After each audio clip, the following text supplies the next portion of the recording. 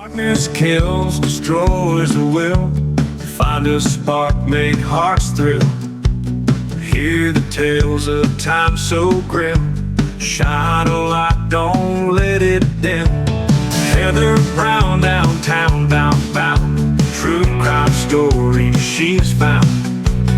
In the shadows, secret stay.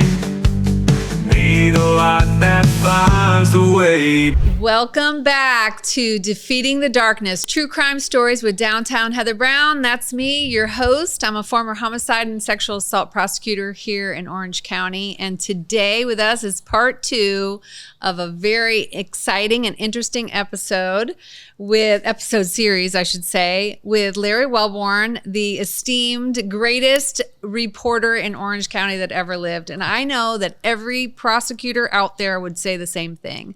Larry is an incredible reporter who actually used to report some of my cases. I did. And I brought you on the show. We were talking at the last episode. So if you didn't hear the last episode, you need to stop the tape and back it up and go back to the first one so you can hear the backstory about this really fascinating murder case of a woman by the name of Linda Cummings, who was 27 years old, working in Santa Ana, California, back in the 1970s, correct? That's when she was killed, yes. Yeah, she was killed in the 1970s, and she was murdered by Louis Wojcicki. Am I saying his name right? Wojcicki, right. Louis Wojcicki, who changed his name to... He changed his name to David Stanley. David Stanley. And basically, Louis got away with murder. He, for 31 years, had gotten away with the murder of Linda Cummings. He had actually been tried for the murder of another woman in his apartment complex, and the jury got it wrong and came back with the voluntary manslaughter. And he served 3 years and 6 months in San Quentin State Prison. And while he was in prison, he met some crazy broad who was a Mensa, which clearly she wasn't that smart because she married a guy who was in prison for murder, and then lived with him happily ever after for 31 years until Larry Welborn, our amazing guest, who was a reporter who could not let this case go. Until there was a knock on the door. Until there was a knock on the door in what year? In 2005, and that knock was rendered by DA's investigator, Eddie Barakovich. Eddie Barakovich. Knock, knock, knock. We got to do some sound effects. There you go. And he opens the door thinking it's construction workers. That's true. And it's the DA investigator, Ed Barakovich. All right, so let's get back to you, Larry. You are in like a SUV or a van somewhere? Right, I'm in an unmarked SUV about a block away when Eddie knocks on the door. And he's trying to get, just to talk about the case in general before they snap the handcuffs on. He's trying to get, see if Louis wants to make a confession. Wouldn't that have been nice? That would have been nice. But not quite. But he did get the perp, the killer, the murderer, to confess to having, we were fooling around back then, to explain why DNA might or might not be involved on the victim's body. It wasn't on the victim's body. The DA's office was telling us a little fib about that. A ruse. We call that a ruse, right? Yeah.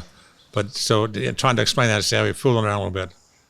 Yeah, I got a couple bullshit on that because Linda wasn't about the date, something she just met and doing a date and especially have a sexual encounter with somebody when she was not that type of person.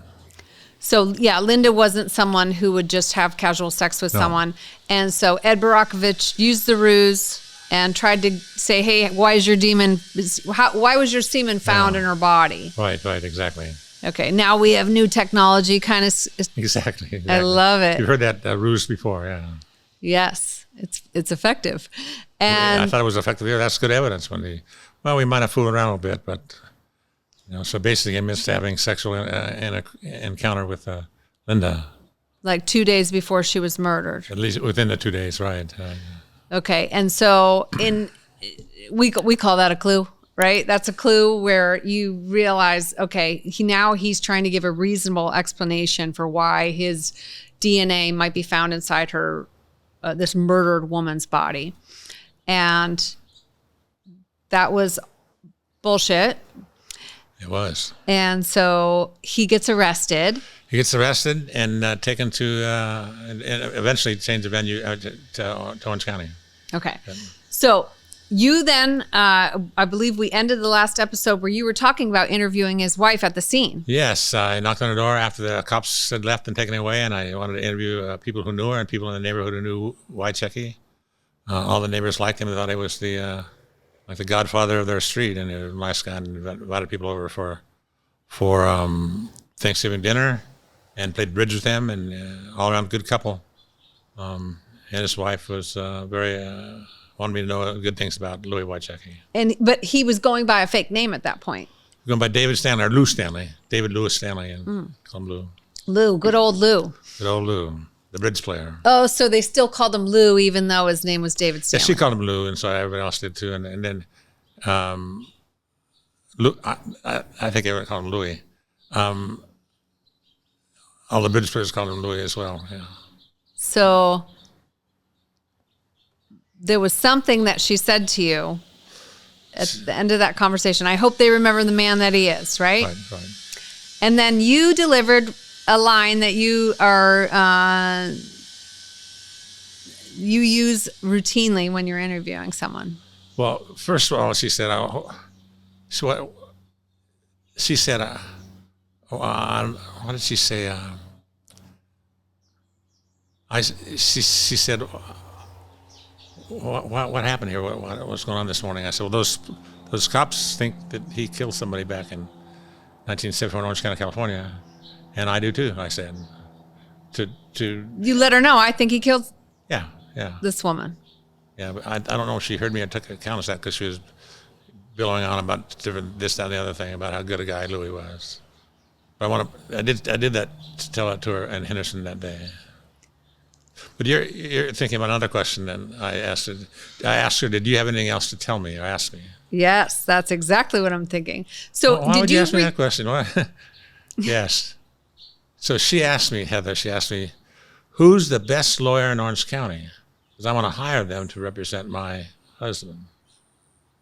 That puts me in an awkward position. I don't want to be counting one lawyer over another. You know, I'm sourced on the defense side of the question too. So I resolved that issue in my mind by telling her, giving her, here's 6 names of people who would do a good job representing a case. Because the last thing I want in the world is to have somebody arrested for murder based on my initiative. We didn't do it. I wanted to have the best legal representation there is, just to resolve any questions about that. So here are 6 of the best names of the 6 best lawyers in Orange County. Okay, Larry, just for the people listening, I got to break this down a second. Sure. For 31 years, you've been trying to get somebody's ear, someone to listen, someone to, open up Linda's case again and realize that this was not a suicide.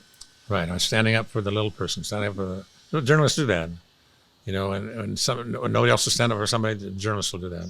Well, I felt strongly that was one of my driving forces in this case. Now you're doing all kinds of stuff while prior to Larry Yellen having the courage to take this case. You're driving to places. I think I read in your book, the Murder by Suicide book. You got to read this. It's a fascinating read. And this is all about this case, Linda's case. But you went in the middle of a hurricane to interview someone, I think in Florida. I went out to Florida to interview Linda Cummings' half-sister.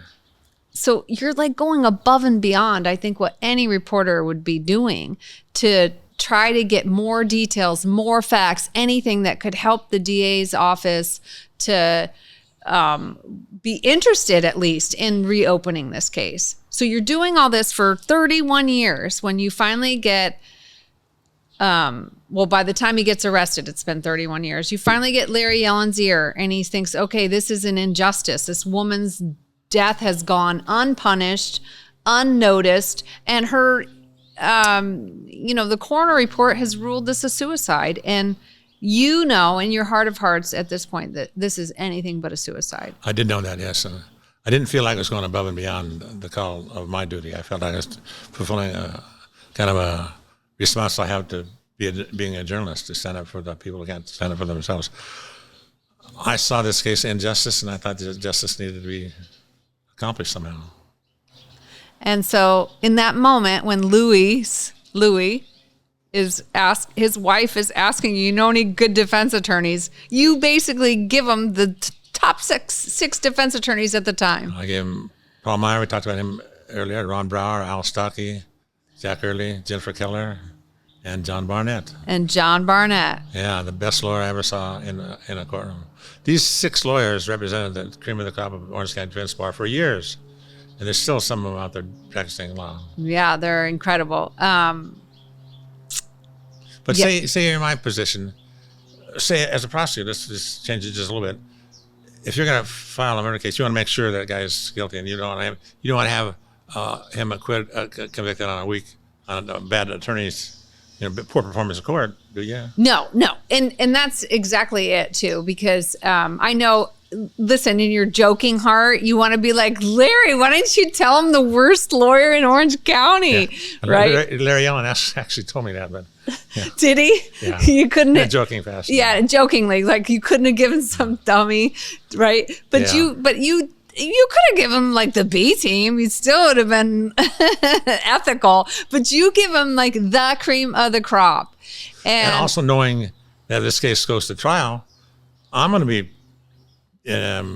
and ask questions about why I did it on a certain story. Because you were basically looking into it and uncovering facts and details that really did, I think, point to Louis' guilt. And even knowing that, I gave him the name of the 6 best lawyers I knew in Orange County. Well, that was very honorable of you. I don't know about honorable, but it is. I could give you a list of 6 I would have wanted you to give them. No, I'm just kidding. But as a prosecutor, you're exactly spot on, Larry, because if you can do all the work and you can get your guilty verdicts and bring justice to the families and then have it all be unraveled because ineffective assistance of counsel claim on appeal. Absolutely. And that's a prosecutor's worst nightmare. Whenever I would go up against an attorney that was just absolutely atrocious and I knew that they were bungling things, that as a prosecutor, I would bend over backwards to try to, help them fix the record, keep it clean for their sake so that when the person was convicted, it would be upheld on appeal. And certainly I've probably seen 1,000 trials. I would know better than almost anybody in that courthouse who's a good lawyer and who's not a good lawyer. Yeah. And, I didn't want to have any part of him being represented by a bad lawyer. Well, that was very honorable of you, and I'm glad that you did that, except then who ends up being his lawyer? John D. Barnett, the best lawyer I ever saw in court. So they pick out of the top 6, they pick the best lawyer, John Barnett. I learned later that she interviewed all 6. Oh, really? And some quoted different fees for to represent. I think John quoted he didn't quote as high a dollar amount to represent Louis as some of the others. He took it because it sounded very interesting. The facts would be very interesting to deal with. It's a highly unusual case. I mean, you got new different legal things to consider. Cold case, reporters involved, and an opinion rendered before about cause of death. So all these things would make an interesting guy for John Barnett, who's done all the cases in the world. So he took the case, and he did. Wow, and John Barnett is. He's such a classic, iconic figure, I think, in Orange County. He's a consummate professional. He's a gentleman, but he likes to fight in court. And when I say that, endearingly, he is a very formidable opponent and works like a dog for his clients. Yeah, and he will not cheat. No. He will not cheap shot. He's very ethical and he's very straightforward, but he will just kill you with professionalism. Yeah, he will. I've had nothing but pleasurable experiences in dealing with John Barnett throughout my career as a prosecutor. You'll never see a defense lawyer more prepared than him. Never. Yeah. He works. I mean, he works like a dog. He works all the time, day and night, right. And he loves to work. Right. He loves it. He loves the challenge. He loves the, intellectual sparring. I think he's an incredible, fascinating lawyer who works like a dog. So a good trial lawyer. But he's not only a good trial lawyer. He's also good in writs and appeals. Yeah. which leads us to our next point of the story. right. So John Barnett now is handling the case because you gave Louie's wife his name, the recommendation. Did John ever thank you for giving it? Does he even know that? It's in the book. Okay. He'd have to read your book though, Yeah, right? I'm sure you read the book. Yeah. Yeah. Good. You can't slip anything by him. But No, he's probably read it twice by now. No, I'm sure he knows, but no, he hasn't thanked me for it. No, because you were the one that gave him that case. He doesn't even know you were the referral source. He should have cut you 20%, Larry. No, I'm just kidding. That would have been a referral fee, right? He mentioned me in his brief. Oh, yeah. He mentioned you in your brief. So let's get to that. So John Barnett gets on board and he files a whopper of a motion to dismiss. It was the biggest motion I saw for a motion to dismiss a murder case or any case. Wow. And in it, he is basically accusing you in some way, shape, or form of having goaded the DA's office into filing the case. I'm the great goader. I goaded the DA's office. I goaded Larry on to filing this murder charge just by the sheer force of my personality and knowledge. I don't think Larry Young can be goaded by anybody to do anything he didn't want to do, especially in filing a murder case. But he said this case would not have existed without Larry Welborn, the Register's desire to write a human interest story. Use fancy words that I'm using now because I don't understand those words. Just a terrific human interest story. That's what my desire was. And therefore, I goaded Larry Young into filing the murder case. So I was a pivotal part of its motion to dismiss charges for lack of speedy prosecution and lack of proper evidence. I don't know that Larry was goaded into anything. I would agree with you on that, but I kind of agree with John's analysis in that the case probably would have never been filed had you not been the squeaky wheel. That's true. Yeah, absolutely true. Right? Like you were the squeaky wheel. Yes. And that the squeaky wheel gets the oil. That's why they gave me plenty of oil. They gave you the oil. I was well lubricated by the time that motion was heard.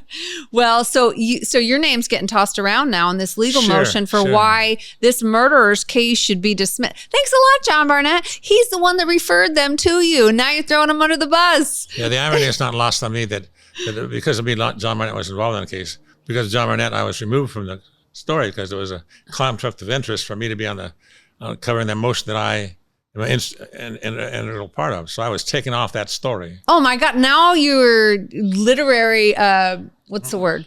Your reporters. Yeah, my zest, the reason I was involved in journalism in the first place is to write great stories. Yeah. I'm taking out the best story of my life.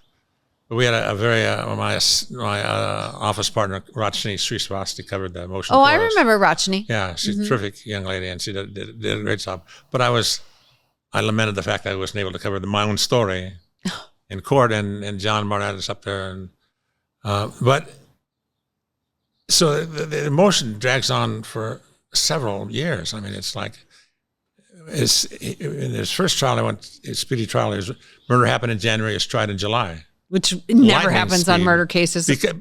Because Ron Butler did not want the Linda Cummings case linked in with the Mr. Morgan case, so he tried to get the case tried faster. Now it's just dragged on and on in 2005. John Barnett's in no hurry to go to have this hearing, because it's kind of out on bail.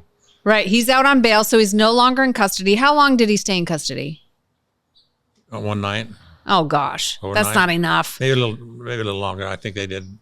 They had to get a bail motion heard, and I think it took a few weeks to do that. Okay, so he was in just maybe a week or two, Yeah. and then he post bail. Post bail. Goes back to Henderson, Nevada, got a special permission from the judge to have an ankle bracelet at Henderson. So he's sitting on the golf course again.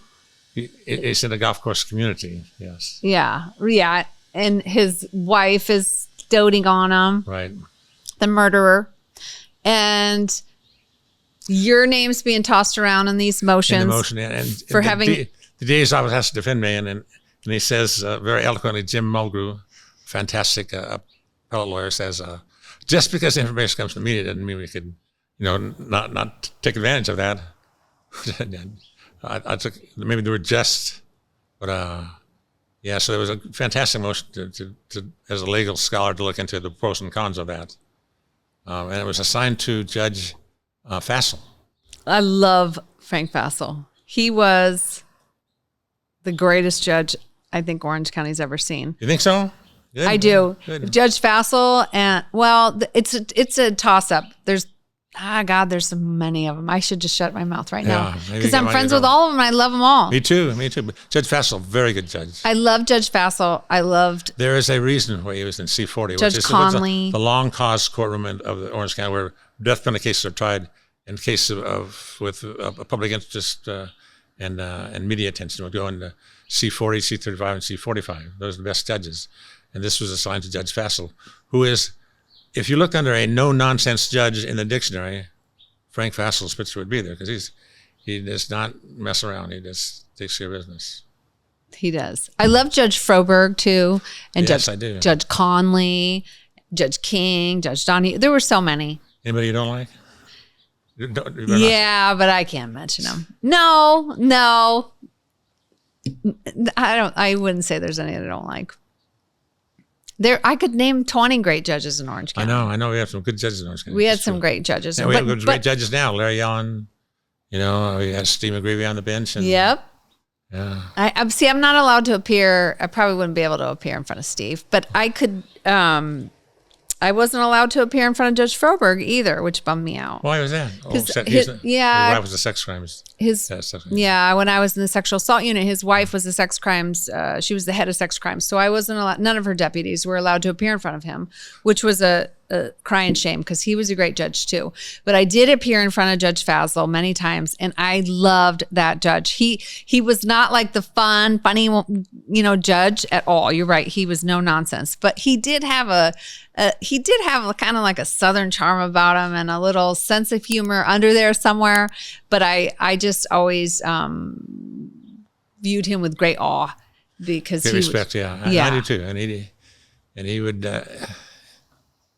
he'd base his ruling on the law and give you your day in court. And he called balls and strikes. Yeah. And I don't think he ever favored one side over the other. He just really he would research the law. He knew the law and he would follow the law.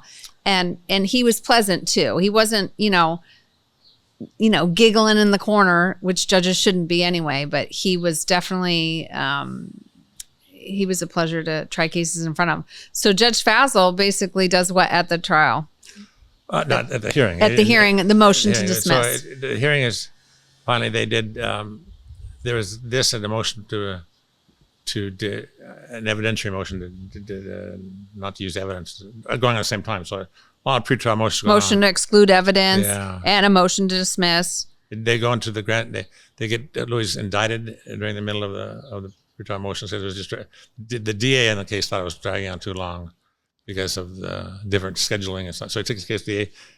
So there's an interpretation by the grand jury that there was some criminal culpability here because they indicted Louis for the murder of Linda Cummings. That's one judicial finding I've found that connects him to the guilt in that case. So he's indicted and so the case isn't heard and ruled on until 2009. Wow. So now how many years after her murder was that? So that's now 35 years after her murder. So now 35 years has passed. Louis has still not been brought to justice Right. for her murder.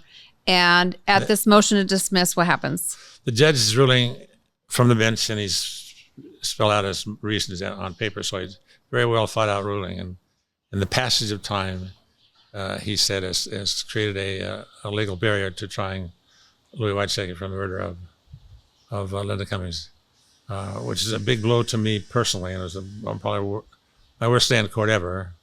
My name was never mentioned in the hearing as a causational fact to his motion. It was based on other factors of the law. So I was probably too sensitive in the first time when I heard the motion, but I was not blamed for the dismissal. Nor was anybody else blamed. It was just situational circumstances based on the law that he felt that there was the Louis Whiteshaker be deprived of his fair rights to be tried at that time. Wow. So Judge Fassel grants this motion to dismiss, and Louis is free to walk out the courthouse. Take his ankle bracelet out and he's home, free home to go back to Henderson with no restrictions whatsoever on him. And Linda's stepbrother, who's in the courtroom, is free to go home and just feel sad about his sister's fate and never being, ever found accountable for it. So he was never held accountable for Linda Cummings' murder. Not in the court of law, that's true. Wow. That is, but in the court of public opinion, he's a cold stone killer, and he murdered Linda Cummings. And He murdered Linda Cummings and Mrs. Morgan. And Mrs. Morgan. And I'm confident that he is in a terrible, terrible place right now, having to answer for those crimes. Okay, but the story doesn't end there. Just when you think it's like, oh, we ended on a crazy bad note, right? There's more to the story, Larry. So tell us, after this happens, and let's just talk about that day. So Judge Fazel, in true Judge Fazel fashion, doesn't, even mention you in his ruling, right? Had nothing. I'm confident that he saw your role in all of that for exactly what it was, which was just a source of information. And I agree with Mulgrew's interpretation of the law on that too, that just because it comes from the media doesn't mean that the, law enforcement shouldn't follow it. I mean, if a, ex-con calls us and gives us information, or a snitch or whoever, the law enforcement acts on it and, looks into it, vets the information, and then takes it from there and makes their legal decisions. So the fact it came from you, or from prodding from you, or even just a, hey, you should really take a look at this, I don't think you're any different than any other citizen out there, just because in the course of your employment, you came across information that you found intriguing and fascinating, and you wanted to follow up. I did want to follow up, and I did want to write an engaging human interest story. And I did. We wrote a story after his arrest that ran in the Register in a serial fashion for over 7 days, that drew more media, more phone calls, and more text than any story we've written up to my time in history. Wow. Did you win an award or something for the story? They did, but I wasn't writing it for awards. I did get some awards for that story, yes. Well, you should have. It's a fascinating story. And I understand, because I read your book, that there are some people, some anonymous people who read your story that were so moved by the fact that Linda had been murdered so many years ago, and it had, the police basically, and the cops in the corner just got it wrong, that they bought actually a tombstone at the cemetery for her. Yes, that's true. And for years, for 31 years, she was buried in an unmarked grave in a public cemetery. Nobody knew who was underneath that patch of earth or why she was there. And now we've told the public why she was that she was murdered, and that woman had a life that she was living beyond what underneath that grass. So, yes. Wow. So now there's a tombstone at her grave. That's very nice tombstone from an anonymous donor who read your story. Correct. All right. Well, it didn't stop there, though. There was something that was still haunting you 30-something years later. Tell us about that. I guess in my mind, I wasn't done standing up for the little guy, and I didn't feel that there was there's still something that could be done. I didn't know what it would be, so I thought I walked back to my office after the hearing, and I put all of my notes back in the file, which has this picture on it. This picture right here, that picture, that's Linda Cummings. Her driver's license. This is Linda's driver's license, the picture on the front of your book? That's it. That's it. And it still bothered me for quite a while after that. And we had, I mentioned before, I got 500 emails from people who liked stories we ran. And one of them was this reader in Central California who actually was a neighbor of Louis Whitesec and his wife when he got out of prison. And she had a house in Fremont, California. And she had contacted me after my stories and thought he had been a weird little person in the neighborhood, and so she kept track of it for years after that. And then she contacts me in 2017, I want to say, and said, I just saw this press conference on TV about the Golden State Killer. An unknown suspect they were looking at him for like 13 murders over 3 different jurisdictions in Santa Barbara County and Orange County and in Sacramento County, committing hundreds of rapes, maybe scores of rapes, and several murders, and he was creeping into people's houses and subdue the husband and rape the wife and steal stuff, and they're looking for this suspect there. And the crimes were dating back to the 70s and 80s, some of them, and they had connected through DNA evidence this guy it's common. His DNA was found this crime scene, this crime scene, this crime scene, this crime scene, this crime scene, and they had saved the DNA from all those different jurisdictions enough to link these guys to one suspect. And I thought that was fascinating once I looked into it myself. And they were looking for who's the guy, who is this guy, and she thought it might be Louis Whitechecky because he was doing the same thing in her neighborhood back in. Wow. So she thought maybe Louis was the Golden State Killer. Right, she did, and they shot a little drawing of him.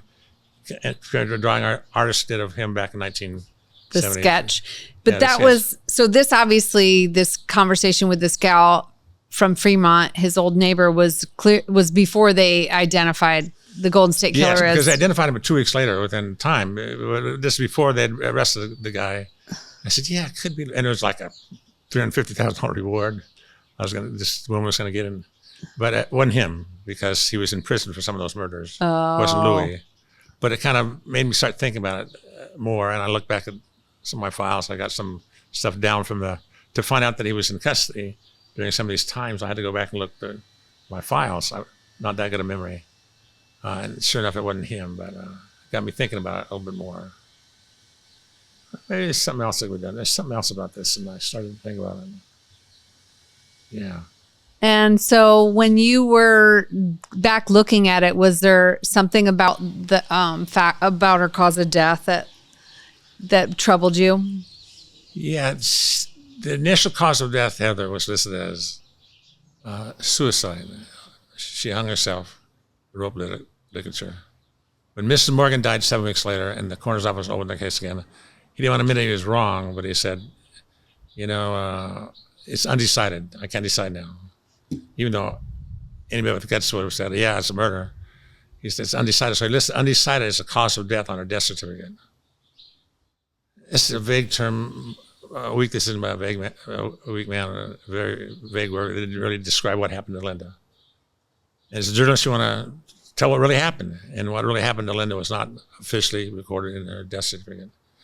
And by then I'd developed contact with her brother. I didn't know him very well, her half-brother. And so I called up down to San Diego and talked to him and said, doesn't it bother you that, Paul, doesn't it bother you that this death certificate? And he said, hell yes, it does. I said, would you like to do something about it? He said, yes, I do. So I didn't have to go to him in anything. He was ready to rock and roll. And so I did have a few contacts in Orange County amongst the defense bar. And one of those was this fantastic lawyer, ball of energy, running around the courthouse. You can't have a like Mike Fell. Mike Fell is a terrific lawyer. He's amazing. I had him on an episode of the podcast. Well, good for you. You know good quality people. And I always felt that Mike would, if he found an innocent that he could help with, he would. And sure enough, he said, yeah, I'll help you out in this case. And he launched in this and took the bull by the horns and wrestled it to the ground. And he filed a letter with the coroner's office with 17 points. We discussed it with me, and I kind of wrote some of the points. Why this case was not undecided or not a suicide, it was a homicide. And he filed this letter with the coroner's office during the time of COVID isolation. So it took us a while to hear back. And then unbeknownst to me, the coroner's office got this letter and started discussing. They had a special committee meeting with DA's office, Sheriff's Department, and San Juan PD, and coroner's investigator, and talked about the evidence. And everybody brought their files on the case and talked it over for several hours, and unanimously agreed that yes, this is a homicide case, and this death certificate should be changed, and it does so now reflect the homicide as the cause of death for Linda Cummings. Wow, that's amazing. So Yeah. you brought her some justice. I do feel like I closed the circle, at least on my story, and that there was some justice, and that this legacy is the killer's now, not hers. The legacy is not that she was a suicide victim. The legacy is a homicide victim, and he's responsible for that homicide. Yeah, 100%. Louis Whitechecky murdered Linda Cummings, and now her death certificate reflects that. Thanks to you and your goading. You're a good goater. You're a good goater, Larry. I love it. and all that you did. I mean, he really was brought to. I know he didn't serve any time in custody for her, but her brother feels that he actually served more time in his mind than that he feels that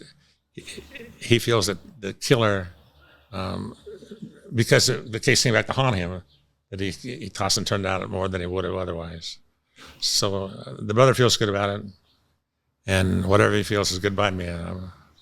He said when he found out about we met that weekend at Linda's grave, just a little bit. Larry came and Mike Fell came and Paul Broadway came from San Diego with his wife, and he said, "This is the best news that's happened to this family in 50 years." Oh, yeah, that must have made you feel great. Made me feel great. Made Larry Yellen feel great. Oh yeah, Mike Fell feel great. Yeah, and Mike Fell felt great. Yeah, it was just a very cathartic and meaningful day. And my wife was there to watch it happen. It was really kind of cool. And wow, that's really amazing and special. And I don't know. Eddie Brackovich was there. Who? Oh, Ed Brockovich. Oh, yeah. He was there that day. Was Helen Moreno? Yeah. No, Helen. She wanted no party. No, I'm just kidding, Larry. She was just trying to preserve the scenes. Yeah. Okay, so, but it's not over. The story doesn't end there. This is the part of the story that I was just like, what is happening now? So you get closure, you get the death certificate back to the way it was, and bring some closure to this family, and know that Louis Wachecki was held responsible in the family's eyes and the public's eyes for the murder of Linda Cummings.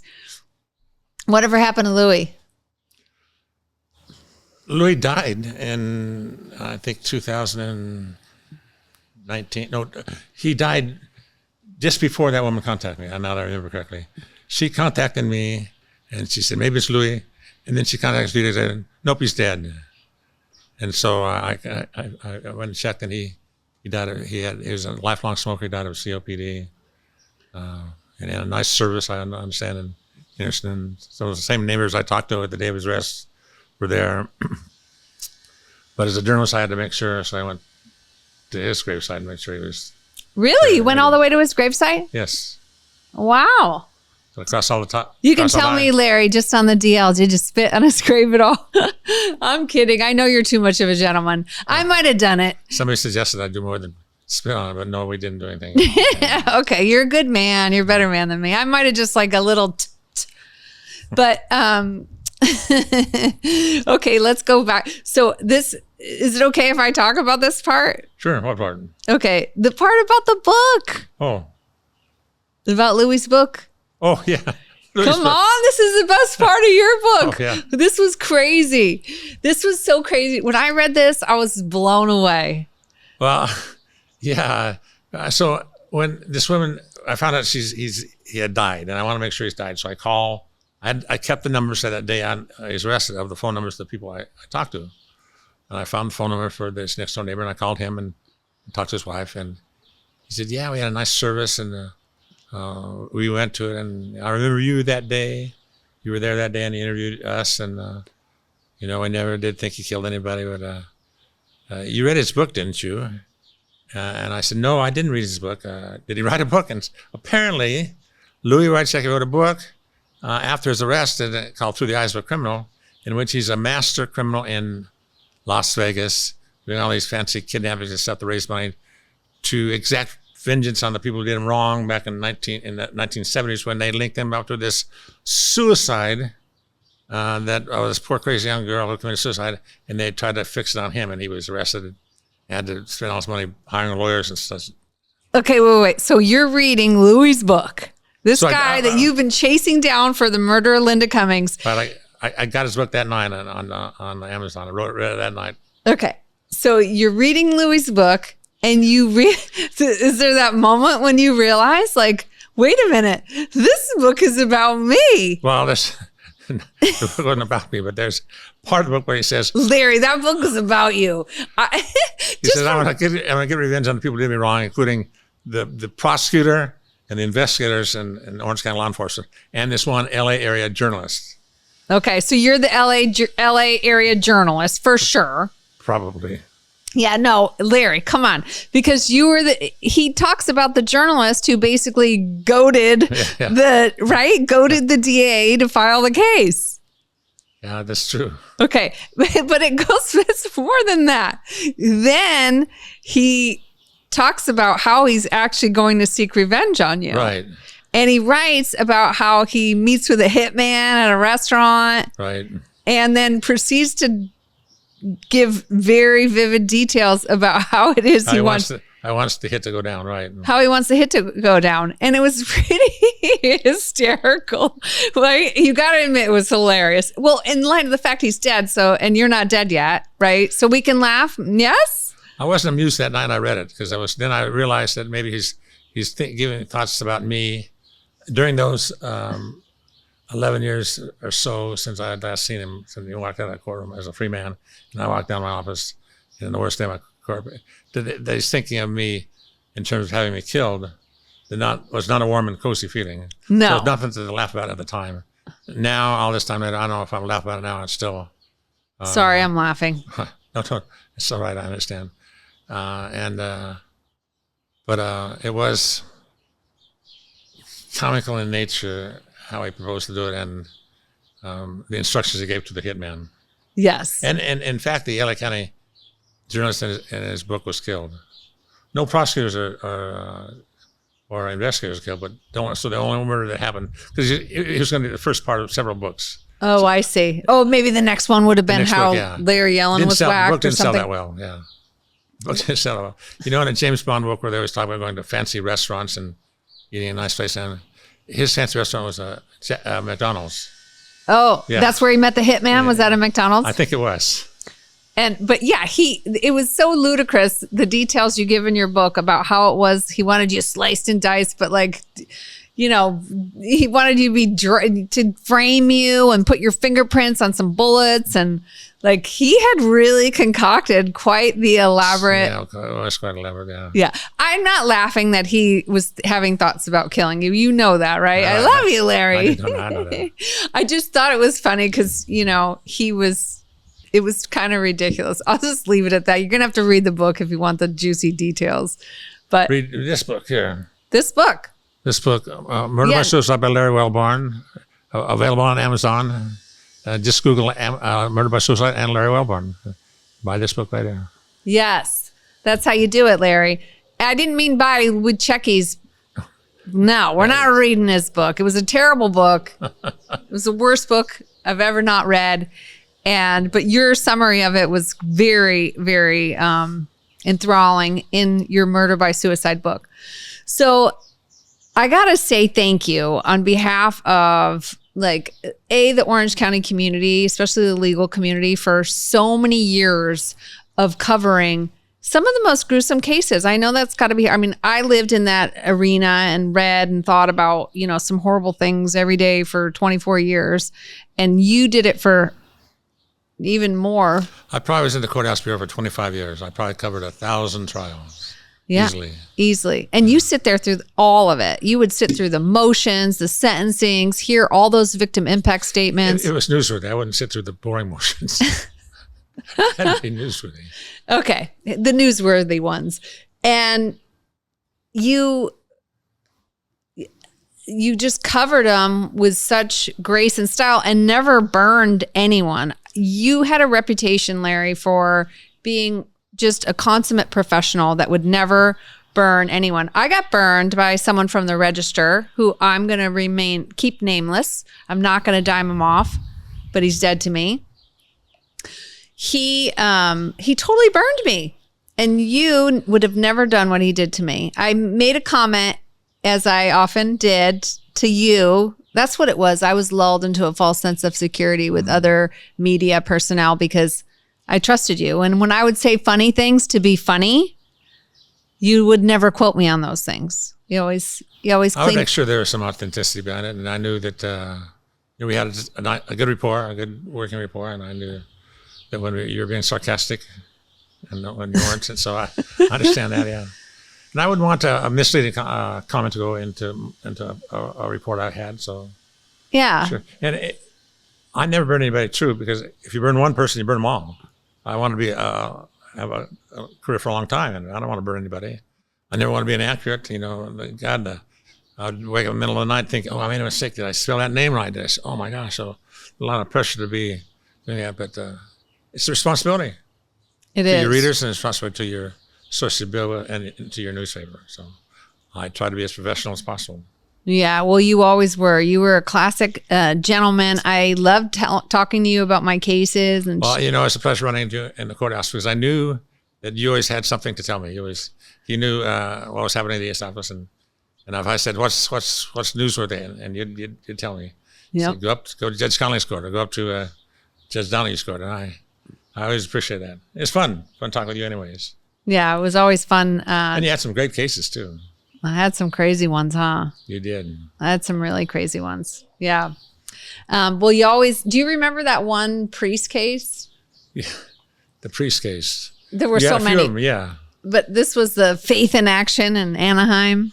Is that the guy that said, picked up the phone and said, praise the Lord? Oh, That's the one. yes. I still think about that from time to time. Yeah, that was crazy. It was, for the listeners, it was a case where there was a pastor at the Faith in Action in Anaheim who was molesting young people, 3 young girls and a boy, actually, a family member. And, everybody was lying until he learned about another victim that came forward and a family member, and he had her kicked out of her home. And when she was leaving, she and her aunt had been kicked out because she had come forward after, to talk about what he had been doing to her. And he owned the home they were living in. So he threw them out. And when they were cleaning up their belongings, they came across a tape that he had actually filmed over. Oh my gosh. Do you remember this? He had filmed, it was a video of him basically raping a girl in the church office. But he stopped in the middle of his horrible crimes to answer the phone. God bless you. That's what I remember, yeah. And it was probably the worst thing I've ever had to watch, except with the exception of a video I watched on Terry Shields' case. But anyway, it was one of the worst. And I thought, and it was twisted because as a prosecutor, you're like, this is horrible. It was a horrible thing to watch, horrible thing to see. I'll never erase it from my mind. But at the same time, I was like, this is the greatest piece of evidence I've ever had in my entire life, right? So you're torn between, oh my God, and yes, right? Like it's a weird feeling. And so, yeah, it was brutal. So once I had the tape, it was game over, right? And he was looking at multiple counts of child molestation and a life sentence. And the defense attorney called me and begged me for a deal. And I was like, I'm not giving that guy a deal. Are you kidding me? So she goes, come on, just give me a deal. So I go, all right. He completed 90 years, right? Like I was just kind of popping off. Like there was no way she was going to take it, but there was no way I was giving him anything less than a life sentence. And she took it. I mean, he took it. Yeah. He agreed to plead guilty to 90 years. And he was clutching his Bible in the courtroom after when he got sentencing. Remember that? I do remember that, yeah. He was clutching his Bible, and you came up to me afterwards and you asked me for a quote. You said, what'd you think about him clutching his Bible? And I said, do you remember this? What'd you say? And I said, oh, boo-hoo-hoo. He wasn't clutching that Bible when he was raping that girl in the church office. That's right. And so you did quote me, but you did delete the boo-hoo-hoo. I go, Larry, where's my boo-hoo-hoo? But you were trying to make me sound more professional, and I appreciate that. You would have heard from somebody if you had said boo-hoo. I know. So it wasn't, you never changed my quotes. You just, excised some of the... I put down what's appropriate. Yes. And I appreciate that. Thank you. You made me look better all those years. You're welcome. I appreciate you. Well, so I don't know if you would even know this, but the theme of my podcast, it's called Defeating the Darkness, because I believe that the light shines brightest in the darkest places. And having lived in the underbelly and in the dark side of humanity for so many years, I have run across so many people in my career who just bring light to people when they're in their darkest hour. And you are one of those people. Well, thank you. I felt I felt as a journalist we shed some light on Linda's case and made it known that she was not a suicide victim. She was indeed, in fact, a murder victim. Thank you very much for that compliment. No, thank you. I think that we as citizens of Orange County and just as human beings owe you a huge thank you and a debt of gratitude for not giving up on Linda Cummings and not giving up on her story. And it's not just a story, right? But it's about her life and what was stolen from her and robbed from her by that monster, and the fact that you were able to write her story and honor her in some way. And I love that you have the photo of her from her driver's license on the cover of your book. So just to let people know that she didn't kill herself. Her life was taken from her, and she had a lot of people who loved her. And it's crazy that, I think the story's fascinating. Well, thank you. And I just respect you. It's very incredibly well written. It was an easy, fun read, fun for me because I knew all the people, but it's a dark topic, but I thought it was wonderful. And if you want to read a fascinating book that's really, really well written, you should read Murder by Suicide by Larry Welborn. You can get it on Amazon. And thank you so much for the light that you have brought to so many people in the Orange County community as well. Murder by Suicide. Get your copy today. Larry, thank you so much. It's been incredible catching up with you.